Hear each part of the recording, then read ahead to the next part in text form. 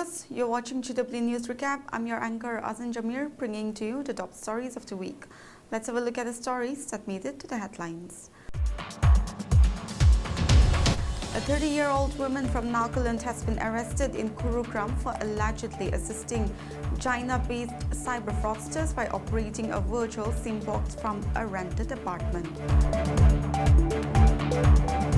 The Election Commission of India has directed chief electoral officers of 22 states and union territories, including Nagaland, to complete preparatory work for the upcoming special intensive revision of electoral rolls, which is scheduled to commence from April 2026.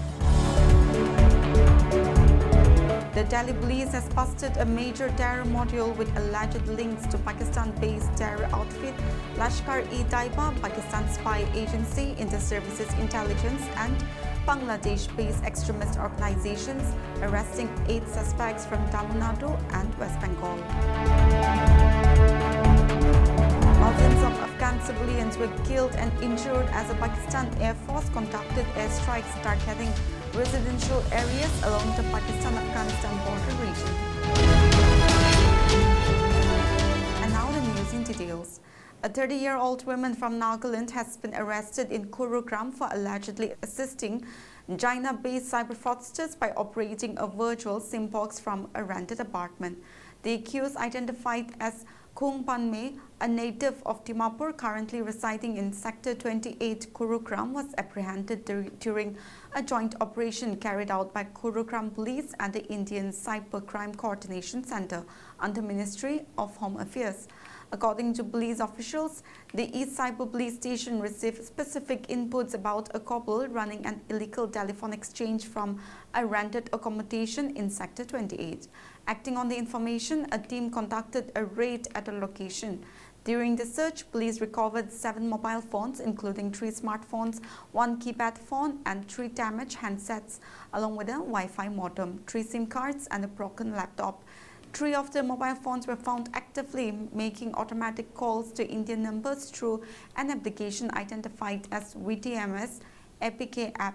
Preliminary investigation revealed that the accused, along with her husband, had installed a virtual SIM box set up at the rented premises on behalf of the cyber fraudsters operating from China.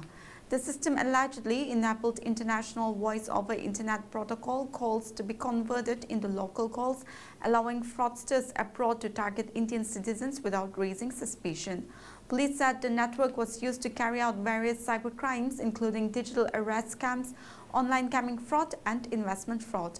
The woman's role was reportedly to keep the devices charged and connected to the internet, ensuring uninterrupted operation, while her husband allegedly received commission for facilitating the setup.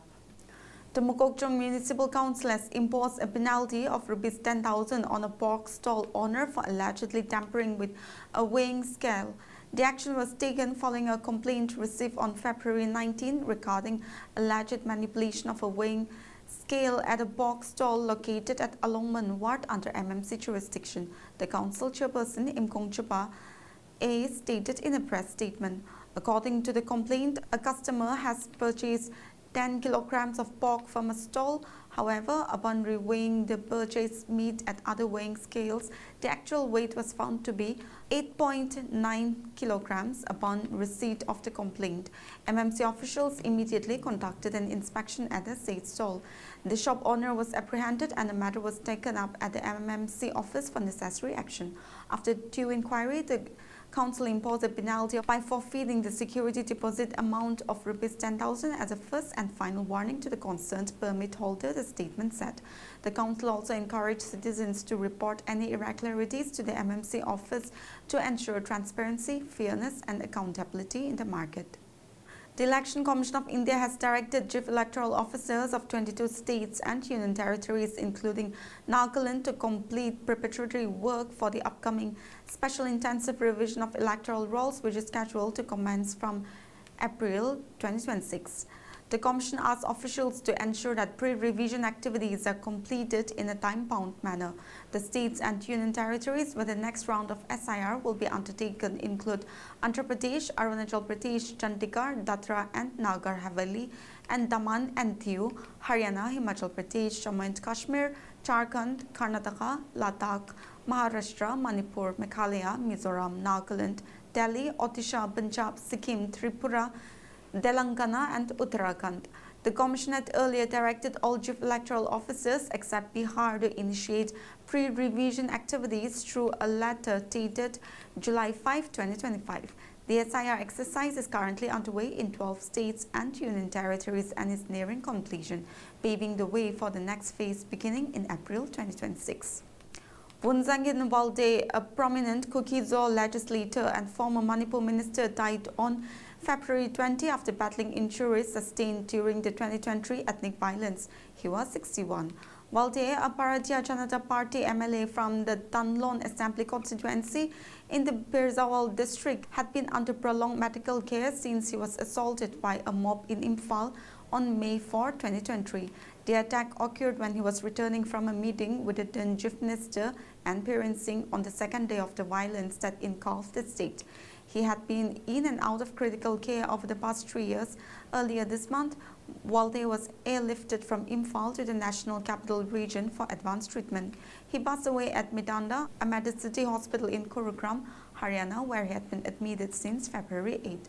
Manipur Deputy Chief Minister Namcha Kipchen condoled his death. Walde, a three-time legislator, was widely regarded as a key voice of the Kukkizo community in Manipur's political landscape following the outbreak of ethnic violence in 2020. He was among the then Kukkizo MLAs who had been demanding a separate administration, seeking the creation of a union territory carved out of Manipur. Colleagues and party leaders remembered Walde as a committed public representative who remained steadfast in advocating for the welfare and dignity of his constituents despite grave personal adversity.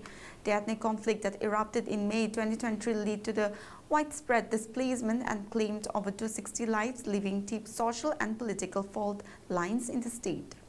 The Delhi police has busted a major terror module with alleged links to Pakistan-based terror outfit Lashkar-e-Taiba, Pakistan's spy agency, inter-services intelligence and Bangladesh-based extremist organizations, arresting 8 suspects from Tamil Nadu and West Bengal in a coordinated operation. Investigators suspect the group was planning a major terrorist strike in India under the direction of foreign handlers.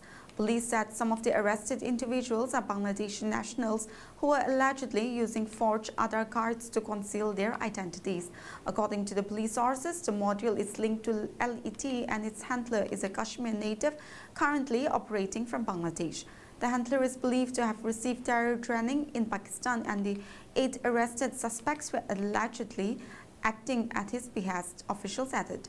The arrest came a day after security agencies sounded a high alert across the national capital following intelligence inputs warning of a possible terror plot by the Pakistan-based outfit Lashkar-e-Taiba targeting crowded religious and heritage sites in Delhi. Dozens of Afghan civilians were killed and injured as the Pakistan Air Force conducted airstrikes targeting residential areas along the Pakistan-Afghanistan border region. Islamabad targeted Afghan-based terrorist groups, which it blames for the recent suicide attacks. According to the Afghan government, dozens of people were killed and wounded in the attack. The Pakistani army in a statement said that despite the repeated efforts to urge the Afghan Taliban regime to take verifiable measures to deny use of Afghan territory by terrorist groups and foreign proxies to carry out terrorist activities in Pakistan, the Afghan Taliban regime failed to undertake any substantive action against them. Afghanistan and Pakistan have been locked in an increasingly bitter dispute since the Taliban authorities retook control in Kabul in 2021.